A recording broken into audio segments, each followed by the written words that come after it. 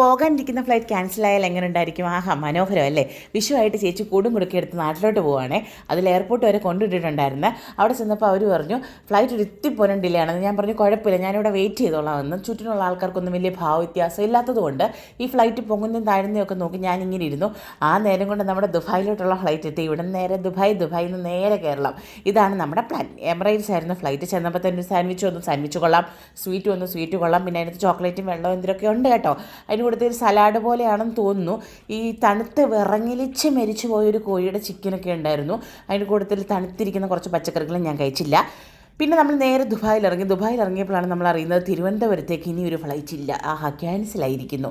ഇത് കേട്ടുള്ള വിഷമത്തിൽ ഞാൻ നിൽക്കുമ്പോഴാണ് അവർ പറഞ്ഞത് ഹോട്ടലും അക്കോമഡേഷനൊക്കെ ഞങ്ങൾ തരും കേട്ടോ, അവിടെ ഫുഡൊക്കെ തരും ഞങ്ങൾ എന്ന് പറഞ്ഞപ്പോൾ ഞാൻ ഓക്കെ ഫൈൻ, കുഴപ്പമില്ല, എമിറേറ്റ്സ് അല്ലേ, അത്രയും അവർ ചെയ്യുന്നുണ്ടല്ലോ, അത് നല്ലൊരു അപ്രിഷിയേറ്റ് ചെയ്യേണ്ട കാര്യമാണെന്ന് വിചാരിച്ചിട്ട് ഇനി ഒരു ദിവസം നമുക്ക് ദുബായിൽ താമസിച്ചിട്ട് നാളെ ഫ്ലൈറ്റ് എടുത്ത് പോകാം. അപ്പോൾ കഥയായിട്ട് നാളെ വരാം കേട്ടോ.